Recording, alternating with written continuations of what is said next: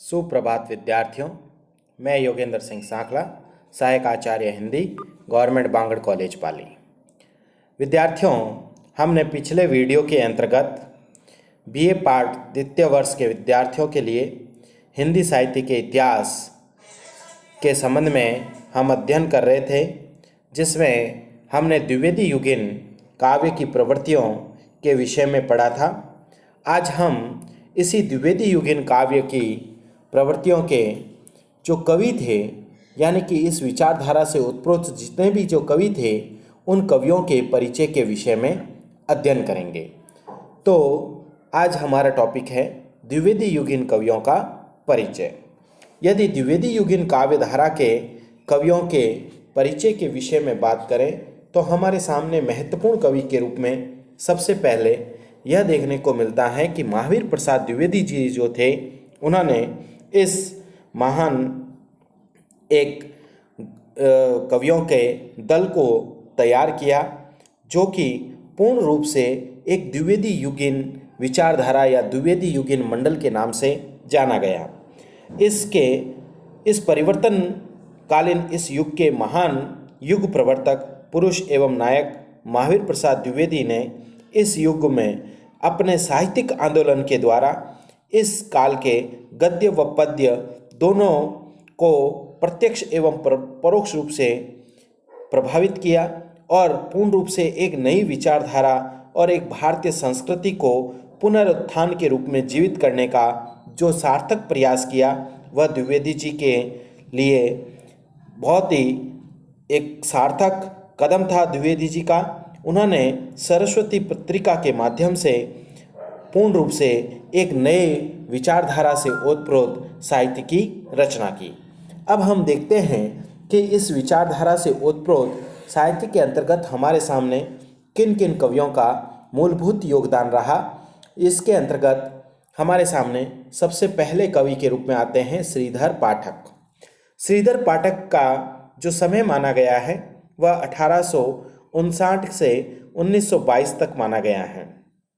कहा जाता है कि श्रीधर पाठक जी जो है वे लावणी की शैली पर हिंदी में अंग्रेजी के स्वच्छंदतावादी कवि गोल्ड स्मिथ के हर्मिट के आधार पर एकांतवासी योगी नाम से अनुवाद किया करते थे।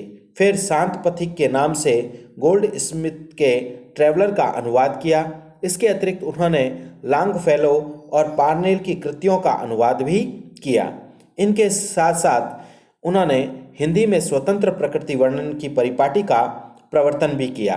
रीतिकाल का प्रकृति वर्णन परंपरा युक्त था और उनमें प्रकृति का सर्वत्र उद्दीपन रूप ग्रहण किया हुआ था, किंतु इन्होंने खड़ी बोली और ब्रज भाषा दोनों में स्वतंत्र रूप से प्रकृति का वर्णन किया। इन्होंने ब्रज भाषा में कालिदास के ऋतु संहार का सरस अनुवाद प्रस्तुत किया और इसी की भाषा में गोल्ड स्मिथ के डेजर्टेड विलेज का उजड़ा ग्राम के नाम से, डेजर्ट यानी कि डिसर्टेड यानी उजड़ा ग्राम के नाम से अनुवाद किया। कश्मीर, सुषमा, देहरादून और भारत गीत इनकी देश प्रेम से संबंधित अनेकों कविताएं हैं। यहाँ पाठक के सम्मुख सहज में ही एक प्रश्न खड़ा हो जाता है कि श्रीधर पाठक ने अनुवाद के लिए कालिदास और गोल्ड स्मिथ को ही क्यों चुना। कारण यह था कि स्मिथ 18वीं शताब्दी के अंग्रेजी साहित्य के उन महान लेखकों में से थे जिन्होंने स्वच्छंदतावाद और यथार्थवाद साहित्य की इन दोनों धाराओं को गतिशील बनाया। दूसरी ओर गोल्ड स्मिथ की कविताओं में उसकी आत्मा भी झलकती है। कवि को कृत्रिम नागरिक जीवन की सभ्यता की अपेक्षा ग्राम्य जीवन की सरसता अधिक प्रिय थी। गोल्ड स्मिथ ने प्रकृति प्रेम और प्रकृति जीवन का आदर्श सामने रखा, जो कि पूंजीवादी सभ्यता की एक प्रकार से प्रतिक्रिया थी। इस प्रकार गोल्ड स्मिथ और प्रकृति के मानव स्वभाव के अनन्य कवि कालिदास की कृतियों में भी अपनी भावधारा के प्रकाश के लिए आधार खोजने का अर्थ है कि श्रीधर पाठक अपनी अंतस चेतना में काव्य और जीवन के आदर्शों में आसन परिवर्तनों का अनुभव कर रहे थे। उनमें स्वयं इतनी सामर्थ्य प्रतिभा नहीं थी कि इन परिवर्तनों को कल्पना के योग से मूर्त अभिव्यक्ति दे सकते। इसीलिए उन्होंने उनका आश्रय खोजा, जिनकी रचनाओं में उन्हें अपने हृदय की गूंज सुनाई दी। तो इस प्रकार हम देखते हैं कि श्रीधर पाठक ने पूर्ण रूप से एक स्वच्छंदतावादी विचारधारा से ओतप्रोत कवियों की रचनाओं का अनुवाद किया और उसके साथ साथ एक प्रकृति प्रेमी एवं प्रकृति जीवन के आदर्श स्वरूप को सामने रखा। इसके पश्चात हमारे सामने दूसरे कवि के रूप में आते हैं अयोध्या सिंह उपाध्याय। अयोध्या सिंह उपाध्याय पूर्व छायावादी काव्य में भारतेंदु के बाद सबसे अधिक लब्ध प्रतिष्ठित कवि थे, जो नए विषयों की ओर चल पड़े। खड़ी बोली के लिए उन्होंने उर्दू के छंदों और ठेठ बोली को उपयुक्त समझा। इस पद्धति पर उन्होंने बहुत सी फुटकर रचनाएं की। द्विवेदी जी के प्रभाव में इन्होंने खड़ी बोली में संस्कृत छंदों और संस्कृत की समस्त पदावली का सहारा लिया, जिसका परिपक्व रूप अपने प्रिय प्रवास में दिखाया है। इसके उपरांत उपाध्याय जी का ध्यान मुहावरामयी बोलचाल की भाषा की ओर गया, जिसका उदाहरण चोखे चौपदे और पद्य प्रसून के रूप में हमें देखने को मिलता है। उपाध्याय जी भारतेंदु के जीवन काल में ही कविता करने लगे थे, किंतु इस समय वे ब्रज भाषा में लिखा करते थे। 17 वर्ष की अवस्था में अर्थात 1882 ईस्वी में कृष्ण शतक की रचना कर दी थी, जिसमें 200 दोहे हैं। अनेक भाषा शैलियों में लिखना इनकी काव्य कला की विशेषता है। प्रिय प्रवास इनका आधुनिक हिंदी साहित्य का प्रथम सफल महाकाव्य माना गया है। इसमें संस्कृत के वर्णवृत्तों का प्रयोग किया गया है। शैली वर्णनात्मक है, जिसमें मानव मन की अंतर्दशाओं की अत्यंत सूक्ष्म और मार्मिक व्यंजना हुई है। आचार्य शुक्ल का प्रिय प्रवास के संबंध में कहना है कि इसकी कथा वस्तु एक महाकाव्य क्या अच्छे प्रबंध काव्य के लिए भी अपर्याप्त है, अतः प्रबंध काव्य के समस्त अवयव इसमें कहाँ आ सकते हैं, किंतु हमारे विचारानुसार इनकी महाकाव्यता अक्षुण्ण है। यह ठीक है कि महाकाव्य के लिए कथा की विशालता और उसमें जीवन का सर्वांगीण चित्रण आवश्यक है, जबकि प्रिय प्रवास की कथा कृष्ण का ब्रज से मथुरा को प्रवास और फिर लौट आना मात्र है। किंतु कवि की विशेषता इस बात में है कि उन्होंने छोटी सी कहानी के भीतर कृष्ण जीवन का संपूर्ण व्रत और उसके माध्यम से समाज के विविध अंगों और समस्याओं का सुंदर समावेश अपनी रचनाओं में प्रस्तुत किया है।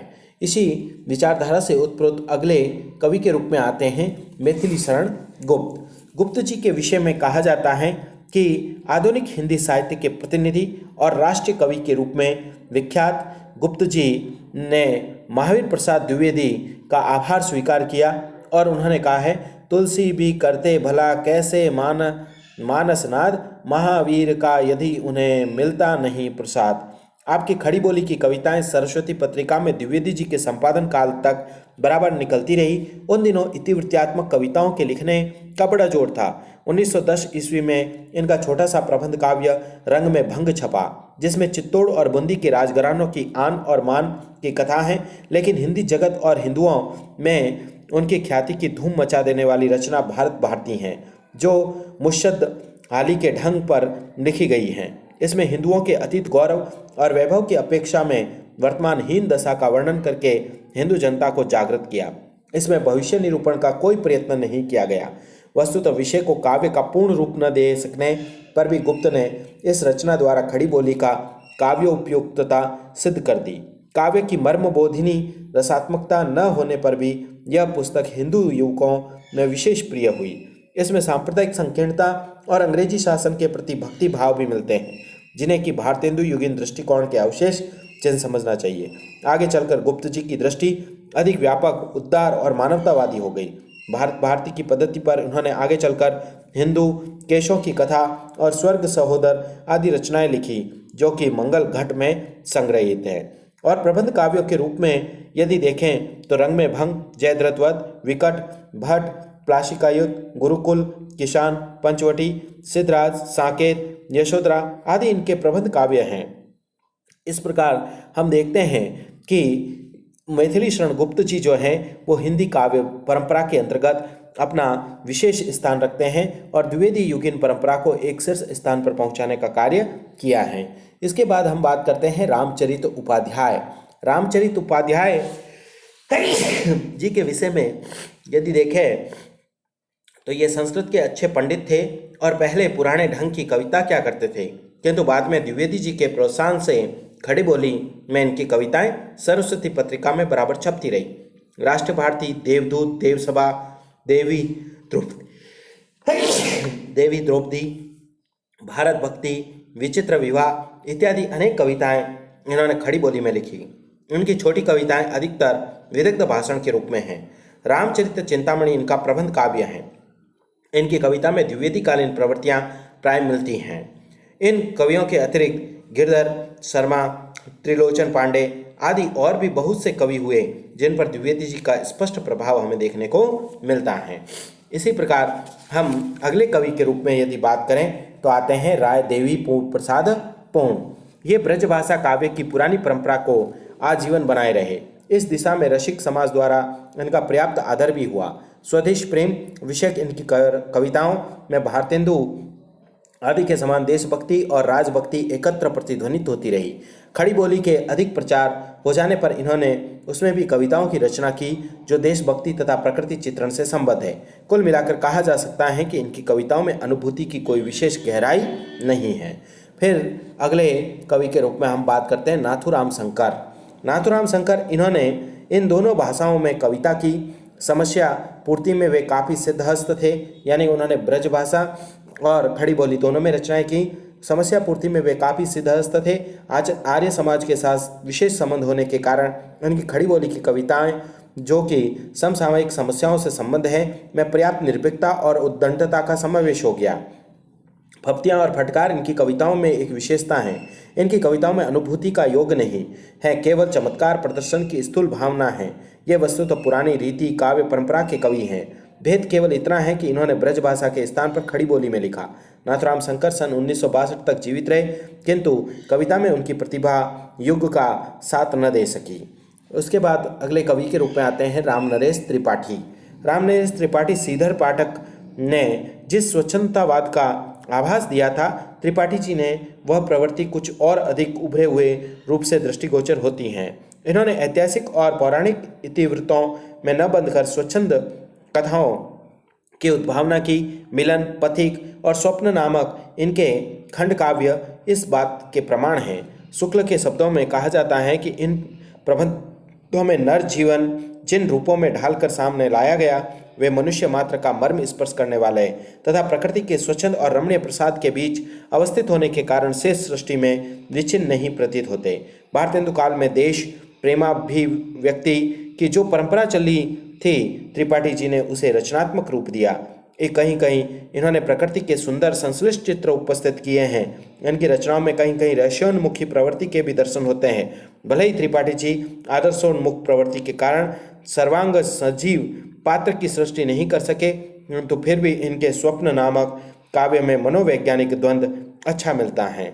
तो इस प्रकार हम देखते हैं कि द्विवेदी युगीन काव्य परंपरा के अंतर्गत अनेकों कवि हुए जिन्होंने अनेक प्रकार की रचनाएं लिखकर इस काव्य धारा को एक समृद्धशाली और एक विस्तृत बनाने का कार्य किया। इसके अलावा जगन्नाथ दास रत्नाकर, गया प्रसाद शुक्ल स्नेही, सत्यनारायण कविरत्न जैसे अनेक कवि हुए जिन्होंने कि अपनी रचनाओं के द्वारा पूर्ण रूप से इस द्विवेदी युगीन काव्य परंपरा को एक शीर्ष स्थान प्रदान किया। जैसे जगन्नाथ दास रत्नाकर जी ने मूल रूप से गंगा अवतरण, उद्धव शतक जैसे मौलिक एवं अत्यंत उत्कृष्ट रचनाएं लिखी, जिसके अंतर्गत उन्होंने पूर्ण रूप से नीति, श्रृंगार, वीरता और भक्ति आदि सभी का पूर्ण रूप से निरूपण हमें देखने को मिलता है। इसी प्रकार से हम देखते हैं गया प्रसाद शुक्ल स्नेही जी, जिनकी भाषा परिनिष्ठ ब्रजभाषा सी समस्या पूर्ति में आप अत्यंत निर्णात थे। उक्ति वैचित्र्य, शब्द संगठन, रूप चित्रमयी कल्पना स्नेही जी का महत्वपूर्ण विशेषता है। इनकी प्रसिद्ध रचनाएं प्रेम पच्चीसी, कुसुमांजलि और कृष्ण क्रंदन इनकी प्रसिद्ध रचनाएं मानी गई हैं। सत्यनारायण कविरत्न के रूप में भी द्विवेदी युगीन काव्य परंपरा के कवि थे, जिन्होंने वैष्णव और कृष्ण के अन्य उपासक होने के साथ साथ अपने सवैयों के द्वारा वे अनेक प्रकार की काव्य रचनाएं करते थे, जिसमें इनका भ्रमरदूत नामक जो खंड काव्य है वह अत्यंत ही प्रसिद्ध है, जिसमें भारत भूमि पर यशोदा का आरोप किया गया है कि अंग्रेजों पर कंस का कृष्ण से प्रार्थना की गई कि वह अंग्रेज रूपी कंस का नाश करे। इनकी भाषा में ब्रज भाषा का मधुर और प्रांचल रूप भी हमें देखने को मिलता है। तो विद्यार्थियों, हमने देखा कि किस प्रकार द्विवेदी युगीन काव्य परंपरा के जो कवि थे उन्होंने विभिन्न प्रकार की रचनाएं लिखी और इस द्विवेदी युगीन काव्य को एक शीर्ष स्थान प्रदान किया। धन्यवाद विद्यार्थियों।